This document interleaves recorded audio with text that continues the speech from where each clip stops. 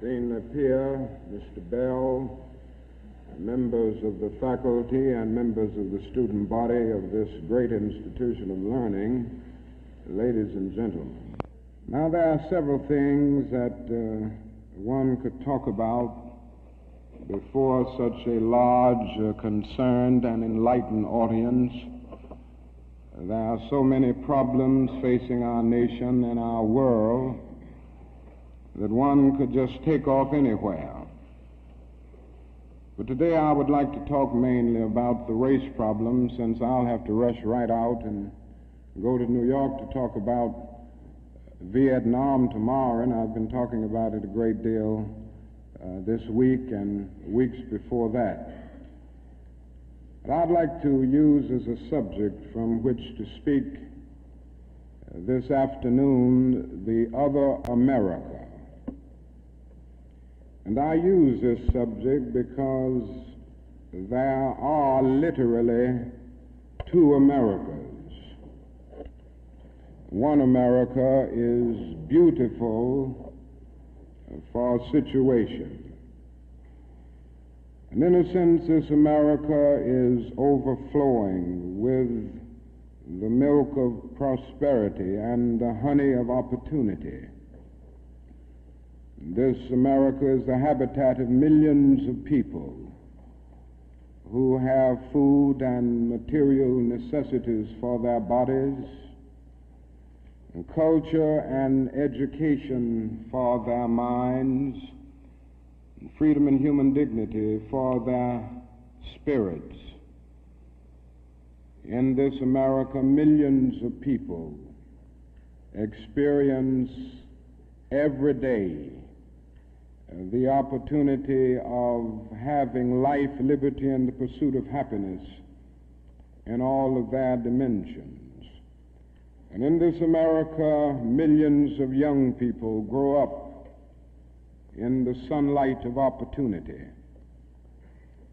But tragically and unfortunately, there is another America. And this other America has a daily ugliness about it that constantly transforms the buoyancy of hope into the fatigue of despair. In this America, millions of work-starved men walk the streets daily in search for jobs that do not exist. In this America, millions of people find themselves living in rat-infested, vermin-filled slums.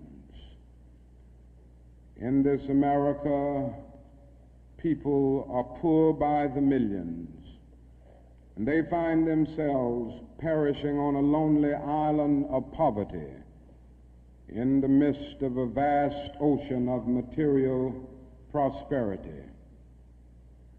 In a sense, the greatest tragedy of this other America is what it does to little children.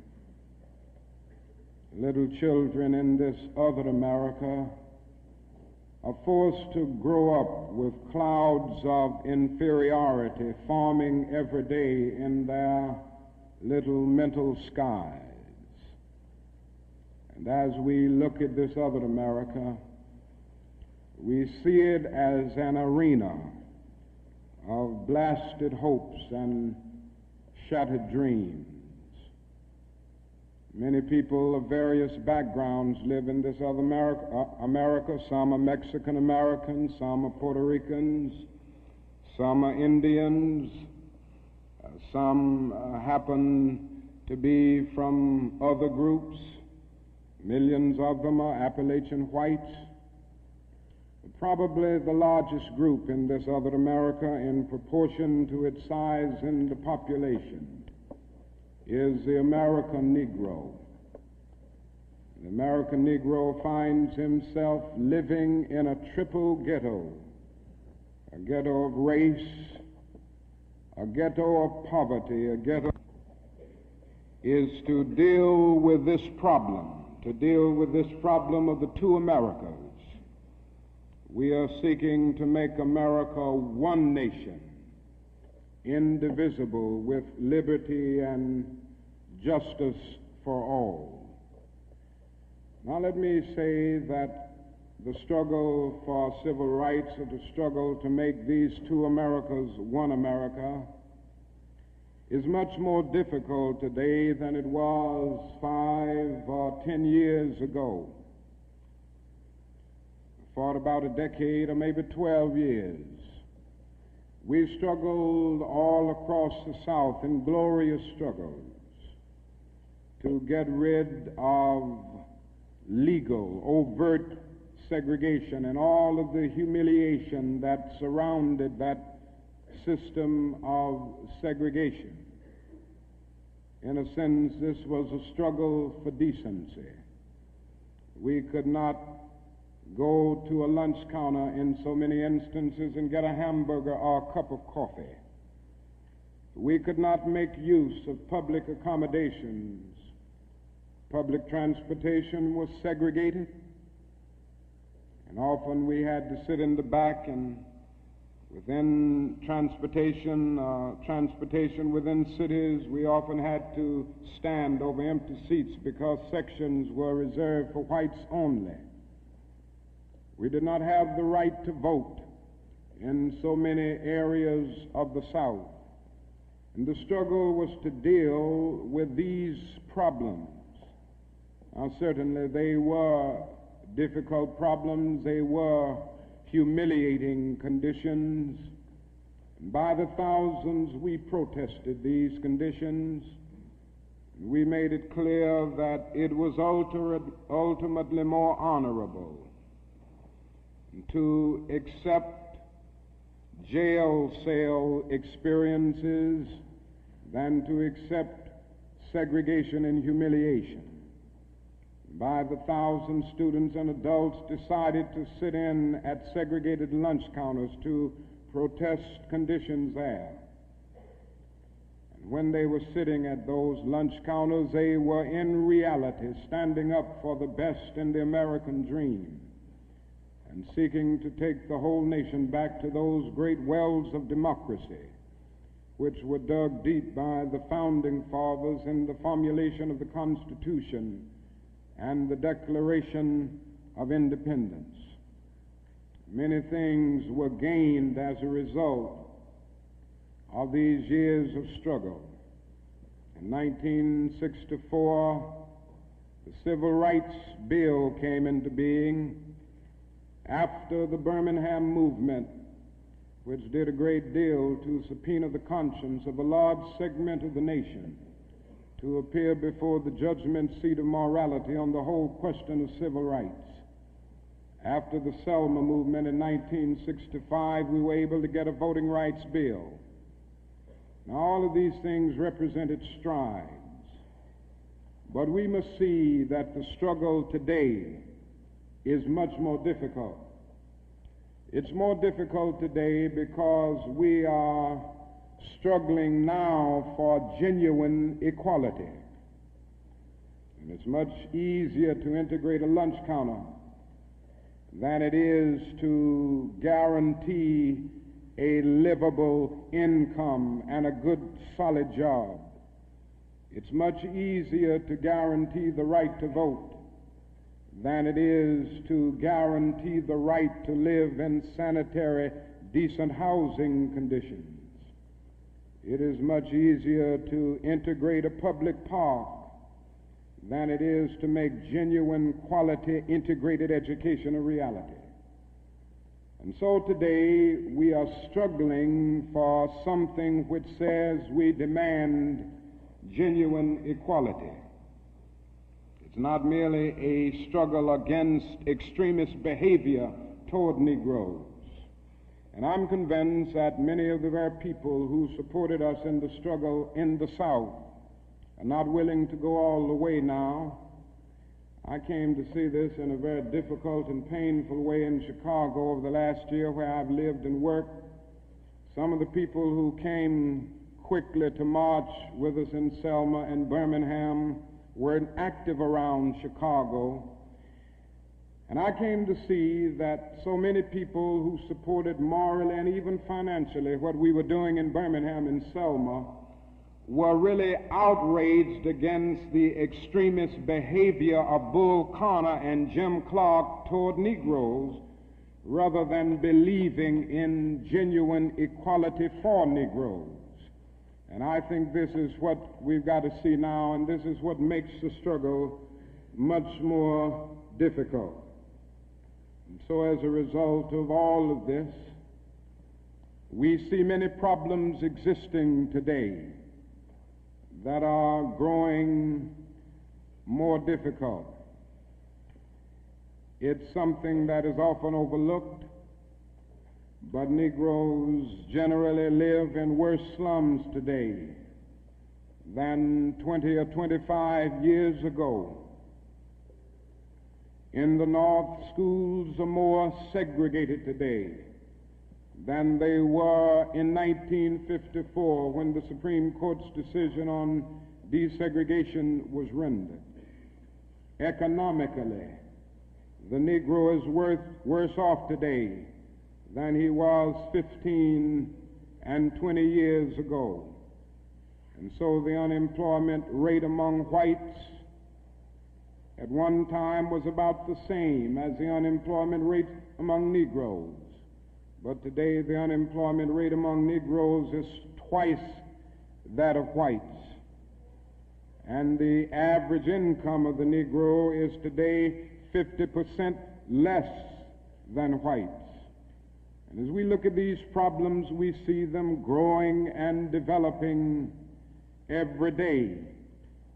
And we see the fact that the Negro economically is facing a depression in his everyday life that is more staggering than the depression of the 30s. The unemployment rate of the nation as a whole is about 4%. Statistics would say from the Labor Department that among Negroes it's about 8.4%. But these are the persons who are in the labor market, who still go to employment agencies to seek jobs, and so they can be calculated. The statistics can be gotten because they are still somehow in the labor market. But there are hundreds of thousands of Negroes who have given up. They've lost hope. They've come to feel that life is a long and desolate corridor for them with no exit sign. And so they no longer go to look for a job. There are those who would estimate that these persons who are called the discouraged persons would be 6 or 7% in the Negro community. And that means that unemployment among Negroes may well be 16%. And among Negro youth in some of our large urban areas, it goes to 30 and 40%. And so you can see what I mean when I say that in the Negro community, that is a major, tragic, and staggering depression that we face in our everyday lives. Now, the other thing that we've got to come to see now that many of us didn't see too well during the last 10 years, and that is that racism is still alive in American society and much more widespread than we realize. And we must see racism for what it is. It is a myth of the superior and the inferior race. It is the false and tragic notion that one particular group, one particular race is responsible for all of the progress, all of the insights, and the total flow of history. And the theory that another group or another race is totally depraved, innately impure, and innately inferior. And in the final analysis, racism is evil because its ultimate logic is genocide. Hitler was a sick and tragic man who carried racism to its logical conclusion. And he ended up leading a nation to the point of killing about 6 million Jews. And this is the tragedy of racism, because its ultimate logic is genocide.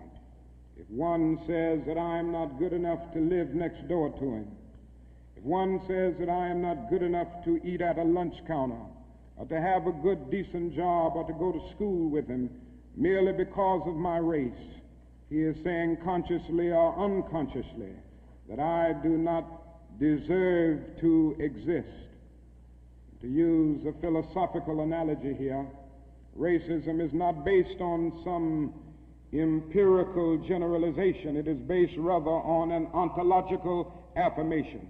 It is not the assertion that certain people are behind culturally or otherwise because of environmental conditions.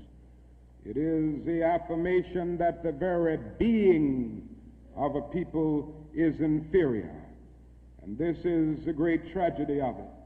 Now, I say that however unpleasant it is, we must honestly see and admit that racism is still deeply rooted all over America. It's still deeply rooted in the North, and it's still deeply rooted in the South. Now, this leads me to say something about another discussion that we hear a great deal, and that is the so-called white backlash.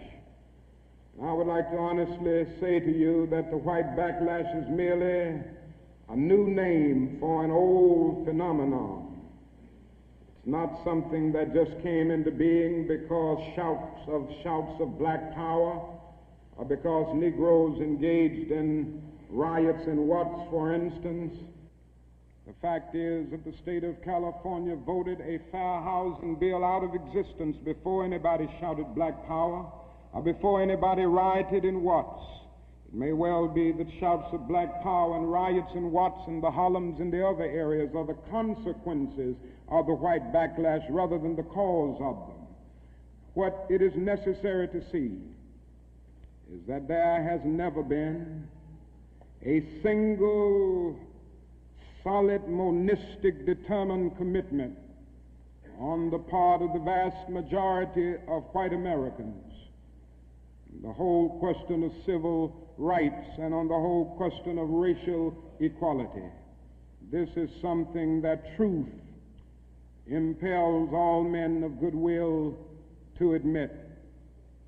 It is said on the Statue of Liberty that America is the home of exiles. But it doesn't take us long to realize that America has been the home of its white exiles from Europe.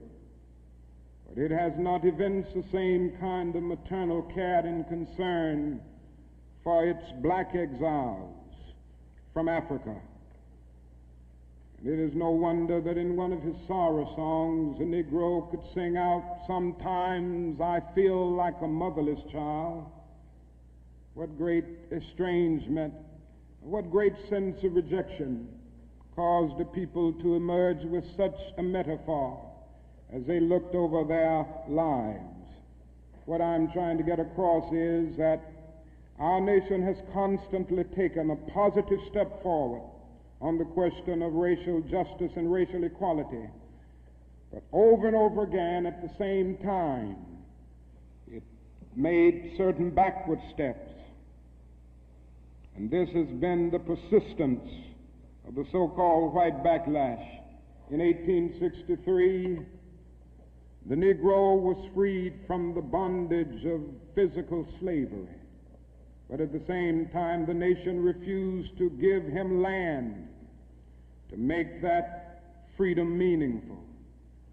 And at that same period, America was giving millions of acres of land in the West and the Midwest, which meant that America was willing to undergird its white peasants from Europe with an economic floor that would make it possible to grow and develop. And refused to give that economic floor to its black peasants, so to speak. And this is why Frederick Douglass could say that emancipation for the Negro was freedom to hunger, freedom to the winds and rains of heaven, freedom without roofs to cover their heads.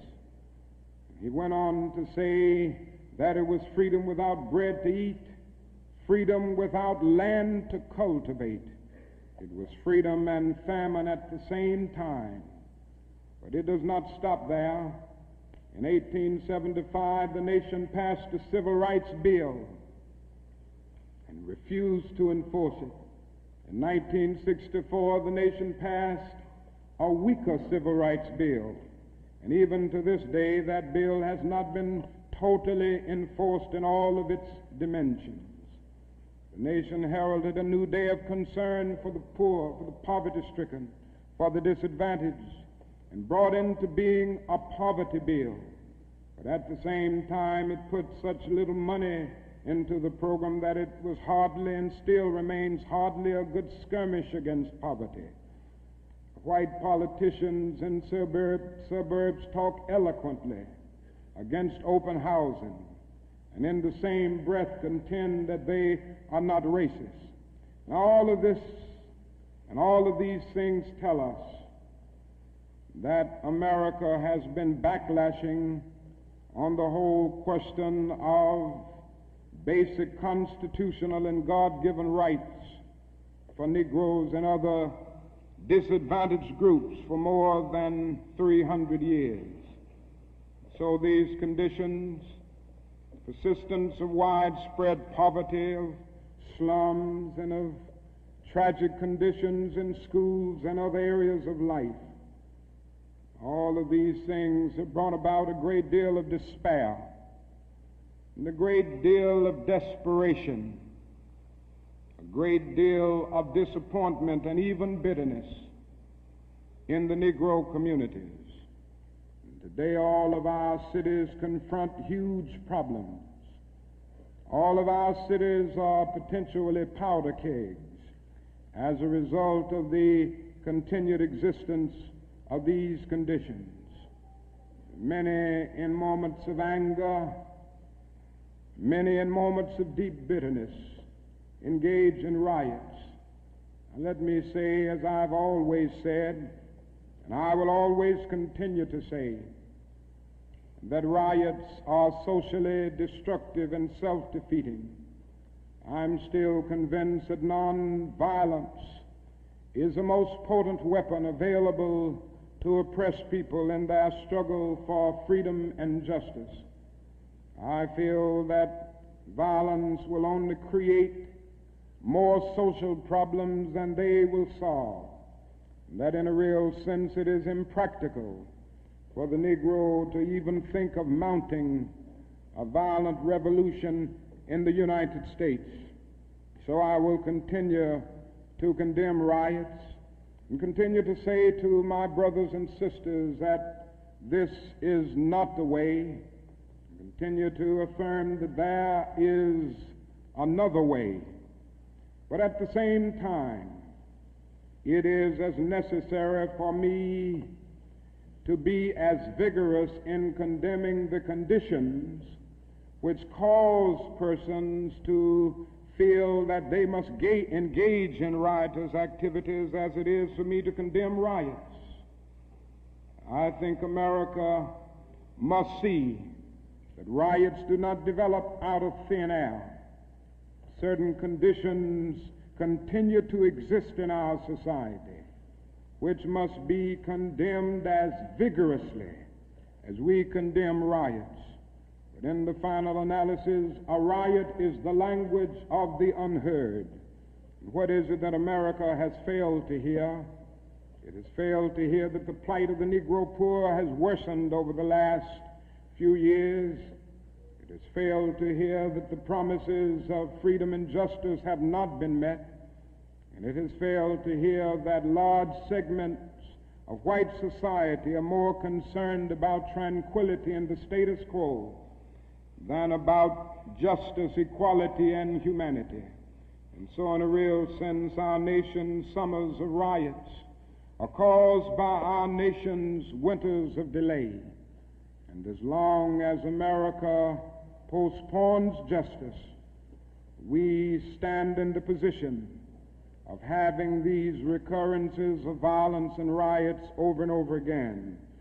social justice, and progress are the absolute guarantors of riot prevention. Now let me go on to say that if we are to deal with all of the problems that I've talked about, if we are to bring America to the point that we have one nation, indivisible, with liberty and justice for all, there are certain things that we must do. The job ahead must be massive and positive. We must develop massive action programs all over the United States of America in order to deal with the problems that I have mentioned. Now, in order to develop these massive action programs, we've got to get rid of one or two false notions that continue to exist in our society.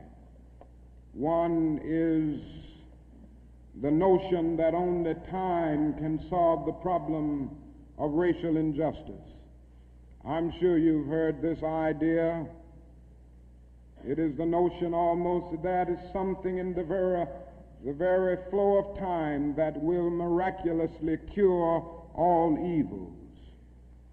And I've heard this over and over again. There are those, and they're often sincere people, who say to Negroes and their allies in the white community that we should slow up and just be nice and patient and continue to pray, and in 100 or 200 years the problem will work itself out, because only time can solve the problem. I think that is an answer to that myth, and it is that time is neutral. It can be used either constructively or destructively. And I'm absolutely convinced that the forces of ill will in our nation, the extreme righteous in our nation, have often used time much more effectively than the forces of goodwill. And it may well be that we will have to repent in this generation, not merely for the vitriolic words of the bad people and the violent actions of the bad people, but for the appalling silence and indifference of the good people who sit around and say, wait on time. Somewhere we must come to see that social progress never rolls in on the wheels of inevitability. It comes through the tireless efforts and the persistent work of dedicated individuals, and without this hard work, time itself becomes an ally of the primitive forces of social stagnation. And so we must help time, and we must realize that the time is always right to do right. Now there's another notion that gets out. It's around everywhere. It's in the South, it's in the North, it's in California, and all over our nation. It's a notion that legislation can't solve the problem. It can't do anything in this area. And those who project this argument contend that you've got to change the heart, and that you can't change the heart through legislation. Now, I would be the first one to say that there is real need for a lot of heart changing in our country, and I believe in changing the heart. I preach about it. I believe in the need for conversion in many instances, and regeneration, to use theological terms. And I would be the first to say that if the race problem in America is to be solved, the white person must treat the Negro right, not merely because the law says it, but because it's natural, because it's right, and because the Negro is his brother. And so I realize that if we are to have a truly integrated society, men and women will have to rise to the majestic heights of being obedient to the unenforceable. But after saying this, let me say another thing which gives the other side, and that is that although it may be true that morality cannot be legislated, behavior can be regulated. Even though it may be true that the law cannot change the heart, it can restrain the heartless. Even though it may be true that the law cannot make a man love me, it can restrain him from lynching me, and I think that's pretty important also. And so while the law may not change the hearts of men, it can and it does change the habits of men. And when you begin to change the habits of men, pretty soon the attitudes will be changed, pretty soon the hearts will be changed. Now, I'm convinced that we still need strong civil rights legislation. And there's a bill before Congress right now to have a national federal open housing bill, a federal law declaring discrimination in housing unconstitutional, and also a bill to make the administration of justice real all over our country. Now, nobody can doubt the need for this. Nobody can doubt the need if he thinks about the fact that since 1963, some 58 Negroes and white civil rights workers have been brutally murdered in the state of Mississippi alone. And not a single person has been convicted for these dastardly crimes. There have been some indictments, but no one has been convicted. And so there is a need for the whole question of the administration of justice. There is a need for fair housing laws all over our country. And it is tragic indeed that Congress last year allowed this bill to die. And that bill died in Congress. A bit of democracy died, a bit of our commitment to justice died. And if it happens again in this session of Congress, greater degree of our commitment to democratic principles will die. And I can see no more dangerous trend in our country than the constant developing of predominantly Negro central cities ringed by white suburbs. This is only inviting social disaster. And the only way this problem will be solved is by the nation taking a strong stand and by state governments taking a strong stand against housing segregation and against discrimination in all of these areas. Now, there's another thing that I'd like to mention as I talk about the Massive Action Program, and time will not permit me to go into specific programmatic action to any great degree. But it must be realized now that the Negro cannot solve the problems by himself. There again, there are those who always say to Negroes, why don't you do something for yourself? Why don't you lift yourselves by your own bootstraps? And we hear this over and over again. Now, certainly, there are many things that we must do for ourselves and that only we can do for ourselves. Certainly we must develop within a sense of dignity and self-respect that nobody else can give us, a sense of manhood, a sense of personhood, a sense of not being ashamed of our heritage, not being ashamed of our color. It was wrong and tragic that the Negro ever allowed himself to be ashamed of the fact that he was black, or ashamed of the fact that his ancestral home was Africa. And so there's a great deal that the Negro can do to develop self-respect. There's a great deal that the Negro must do and can do to amass political and economic power within his own community and by using his own resources. And so we must do certain things for ourselves, but this must not negate the fact and cause the nation to overlook the fact that the Negro cannot solve the problem himself. A man was on the plane with me some weeks ago, and he came and talked with me, and he said, the problem, Dr. King, that I see with what you all are doing is that every time I see you and other Negroes, you are protesting, and you aren't doing anything for yourselves. And he went on to tell me that he was very poor at one time, and he was able to make it by doing something for himself. Why don't you teach your people, he said, to lift themselves by their own bootstraps. And then he went on to say other groups face disadvantages, the Irish, the Italians, and he went down the line.